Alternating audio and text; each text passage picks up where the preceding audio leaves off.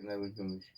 همین مرد میدان که نبود فایده نداره. نه پیران میرن مردم میدان شای بغداد و صبح دیگه کنه به دنیا نیافتن. غیر پیران میران شای بغداد و صبح شای بغداد و صبح شای بغداد و صبح صلوات بر محمد علیه السلام اشهزام و امامته دیگه برو بخیر. پیر انصاری رحمه الله میگه سلام برو بخیر. نمیداند تو میفهمی قولی بغیر از حق کس از حالات درویشان. پیر انصاری میگه بغیر ذات خداوند متعال، از او ذوق و شوق و محبت و کیفیت و راستی ذوقی که در وجود اولیاء الله است، بغیر کسی که اونو نمیفهمه غیر خداوند. پیشتر در رادیو در بابت تواضع حدیثی را مولوی صاحب بیان کردن،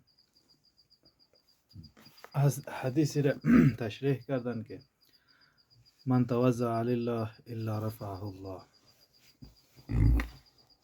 کسی که به خود تواضع را اختیار کنه، بیشک پروردگار چی میکنه؟ مقام زیر خود خداوند بالا میبره.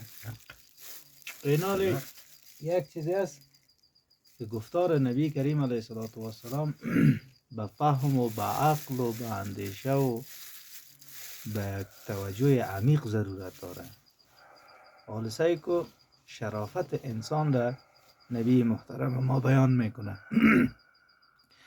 یعنی شرافت انسان در چی است؟ شرافت انسان در تواضع هست، در عجز است، در احترام متقابل است، در آبروداری یک مسلمان است.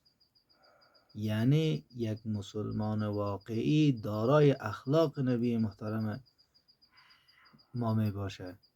یک مسلمان واقعی ضروریت به اخلاق و افعال و اعمال و اقوال و گفتار و رفتار نبی محترم محمد مصطفی صلی الله علیه و سلم. یک مؤمن واقعی ضرورت داره به افعال و به رفتار و به اخلاق آن جناب.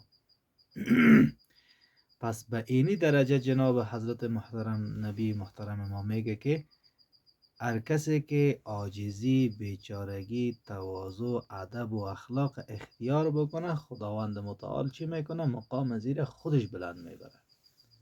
و حضرت مولانای روم هم مبارک در اینجا یک اشارت میکنن، میگن که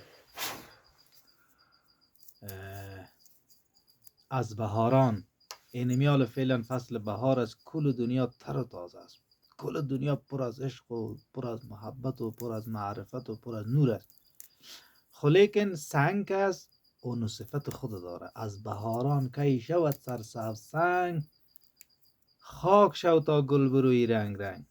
میگه اینمی بهار زیبای، اینمی تجلی خداوندی، اینمی حسن الله متعال است. اینمی بهار که است، اینمی بهار یک تجلی از زیبایی جمال خداوند متعال است.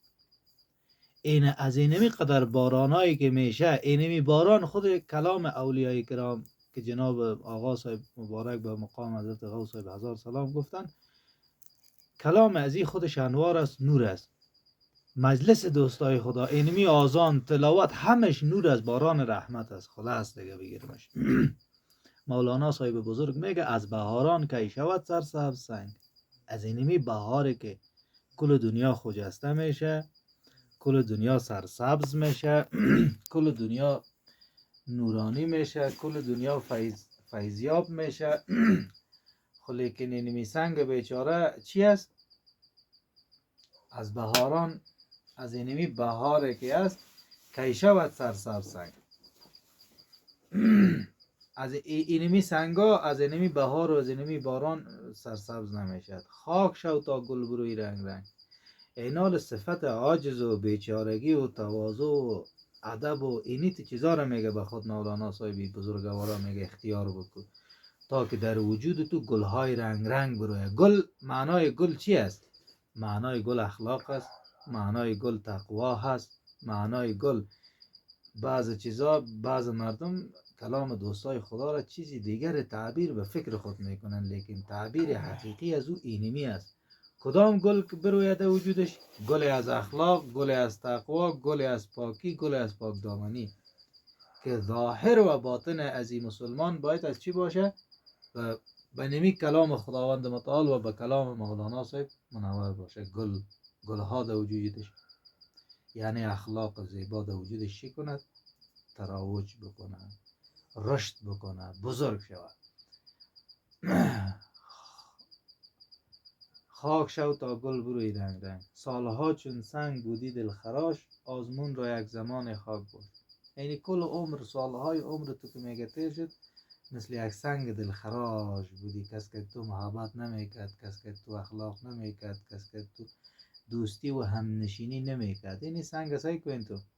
میگه سالهای نمیتی یک سنگ بودی تو، یک دفعه آزمایش کو، خاک شو. میگه آزمون را یک زمان خاک باش، یک آزمایش بکو، یک آزمایش کو. اینمی چی گپ مولانا صاحب در زندگی خودت یک دفعه عملی بکو که چی رقم یک کیفیت برای تو پیدا میشه، چی رقم یک اسرار، چی رقم یک تجلی، چی رقم یک نور در زندگی تو پیدا میشه.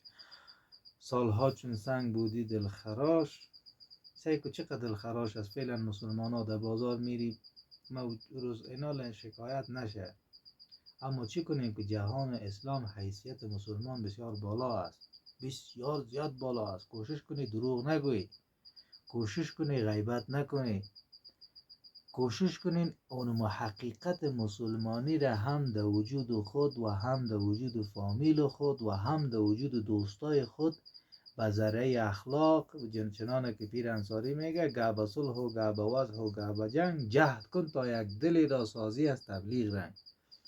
من تو را گفتم تو برگو دیگران را یخی، نیست در کار مولا جز موقوف درنگ.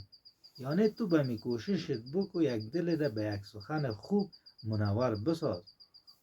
دیگه در کار خداوندی چیز نیست. هر کی که توبهش قبول شد، منظور بارگاه خداوند متعال شد، باز به گپا چی میشه؟ فایز میشه، خودش رجوع میکنه، خودش میخواد یک انسان معنوی در روی زمین باشه، نه یک انسان خالی، نه یک انسان جاهل.